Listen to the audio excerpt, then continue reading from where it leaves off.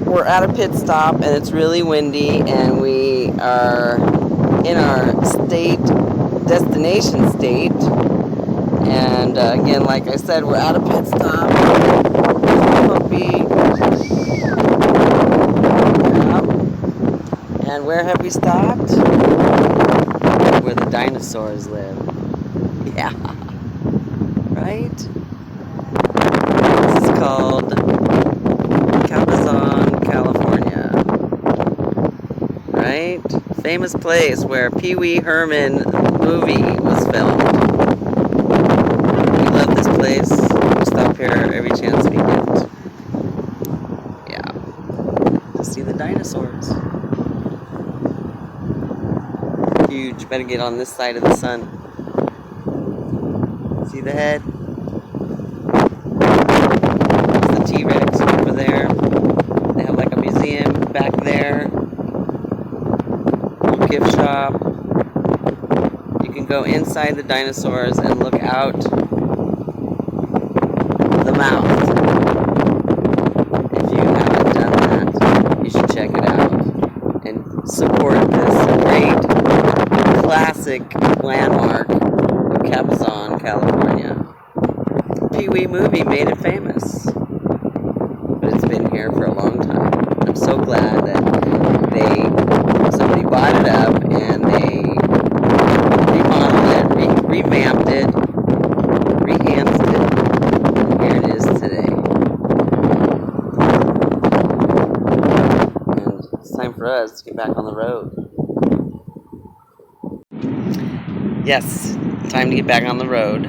So we'll be back for some more of this Karmic Cycles End. And I hope it can come out as enlightening as it is making me feel. So, stay tuned.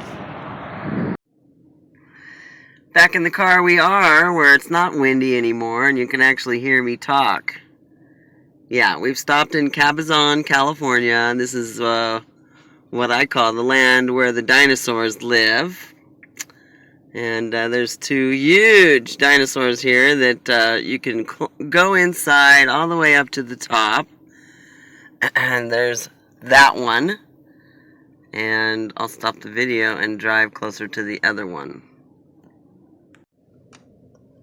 There is the other one.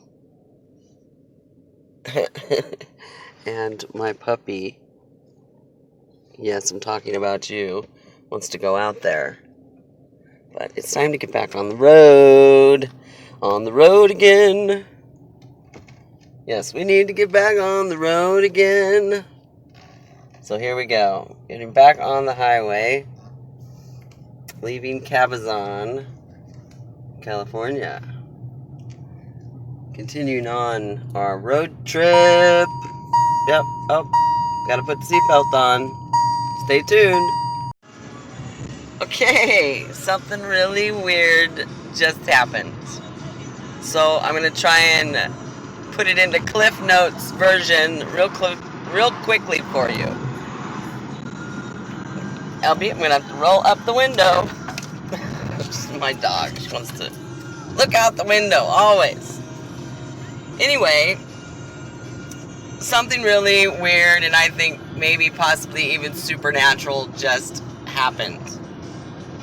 Okay, I'm on my road trip on my way to see my karmic soulmate, right? And, I take the same route all the time. Take the same route in, same route out all the time. Because I have family here too. So I'm cruising down the road and all of a sudden here comes my freeway turnoff and it's a detour. It's like, suddenly it's sooner than I thought, this turnoff to my freeway. I'm thinking, what the heck is going on? And it says detour, blah, blah, blah. So, and I'm driving, yes, but I'm paying attention. So, it says detour. So I'm like, I missed the first detour, and I took the second detour, okay? And And I'm continuing along, following traffic, and all of a sudden I come to this light. I had to actually slam on my brakes to stop at this light that turned red. And suddenly, cross traffic was about to go, and I could see out of my rearview mirror this car coming up next to me on the right-hand side was just barreling down the road and going to run the red light. Just as the car was going to cross traffic right in front. So I blared my horn, blared my horn. And it made this car that was going to cross traffic stop just as this car flew through the red light right by their front bumper. I mean, the woman's eyes were as big as saucers I saw in the truck. Okay? So, here's the funny part of it all, is that I was supposed to leave Saturday. I was actually supposed to leave Friday. But then I had a doctor's appointment Saturday, so I was going to leave Saturday afternoon. But then I couldn't get a car rented until Sunday. Okay? So finally I was going to be leaving Sunday, but then Sunday came around, the day to rent the car, and there was another delay. I didn't rent the car until later, so I couldn't leave until later. So I decided not to leave until today to go visit my friend. And lo and behold, today was the day I honked my horn and probably divinely guided saved these people from maybe getting killed by this red light runner. I don't run red lights, and I think that it is the biggest error of judgment a driver can make, is to run a red light. And today, I think all the delays, everything happens for a reason. And sometimes it's not about us. Sometimes it's about somebody else.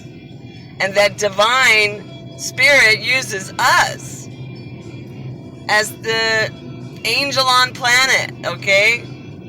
To help steer somebody in a different direction, to help save somebody's life. So don't be discouraged or frustrated with delays, because they happen for a reason, and sometimes it's not about us. Thank you, God. Thank you, Divine Spirit. Thank you. Thank you. And just to add, a little note to add to that is that suddenly the detour has stopped. After that took place, I drove probably another mile up the road, and the detour stopped. How weird is that? Okay? Yeah. Things happen for a reason. Let go and go with the flow. Hi everybody, I'm back with another little clip, a little blip, and it's the next day here out in the West Coast, coming to visit my karmic soulmate, who is actively dying, but I'm here to spread the good news that karmic cycles do end, and new beginnings can begin. Most definitely.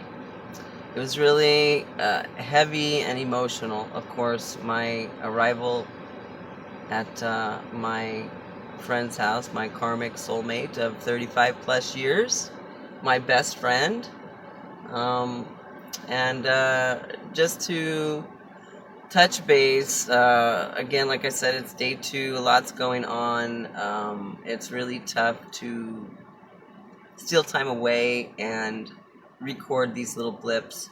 So once this visit is over, which will be tonight, tomorrow I am leaving, going to be visiting my sister and a couple relatives, and then to the beach, and then back to the desert for me.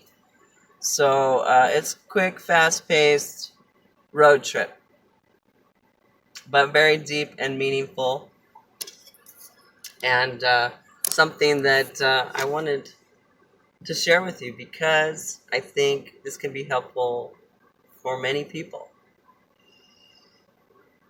And I'm going to get more specific on some fine points that I want to make during this road trip Karmic Cycle Ends segment for my channel 1111 Butterfly Effect, because I really feel this is important to the collective on a whole, and that sometimes we do have to take steps forward, even though other things, people, places, or things won't, or they're in the way.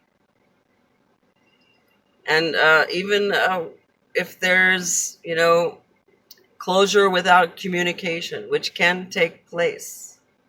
And that's up to, of course, the individual themselves. Going back to, the origin of my twin flame journey, I'm convinced now that my twin flame journey began a long time ago. Possibly when I did meet this karmic soulmate that's been in my life for 35 plus years, since high school, and who happens to be my best friend, who happens to be the first person I fell in love with, who happens to be the one who set precedent for all my other relationships. All the way down to not personality trait, but looks, right? In some ways, down to the hair color, which brings me to my twin. It's interesting, the correlation between my twin and my karmic soulmate.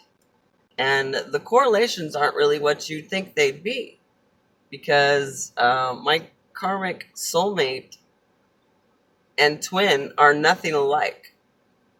Really, the only thing that they are really alike in is in looks, attraction.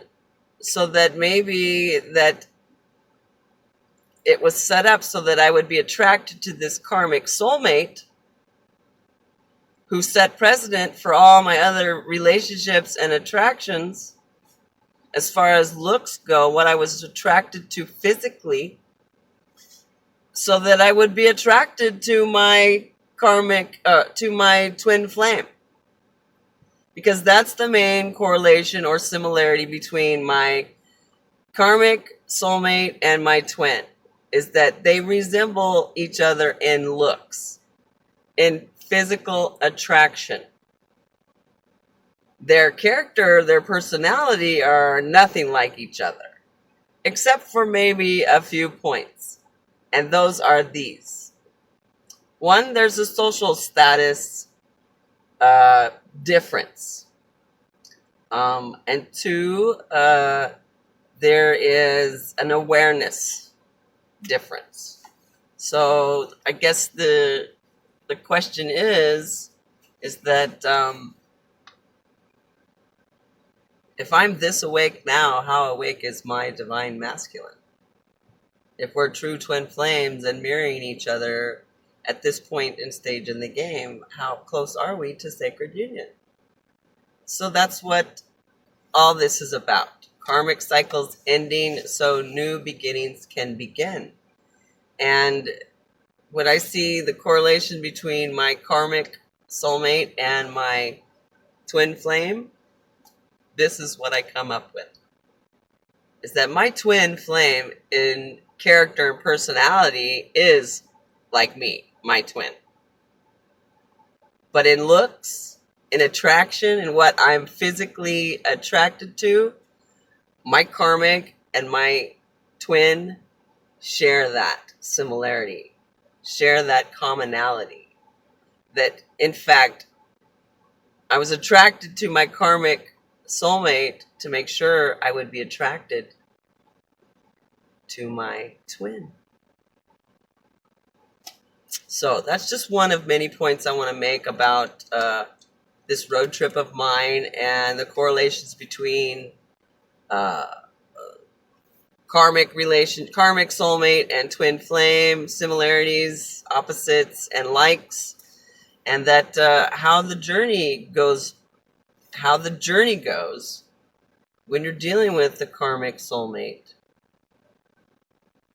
relationship that's ending, so that this new twin flame relationship can really move forward. And that's what we're talking about here. So I know it's a little jumbled mess, and it's time for me to go back inside. So there'll be more to come. I'm going to splice this little bit together with parts of yesterday and this little blip from today. And we'll be going from there. So stay tuned for the next post after this. It'll either be later tonight or tomorrow, and then we'll be at the beach. Because yes, life goes on, with or without us. Till next time, stay tuned. There'll be more to come.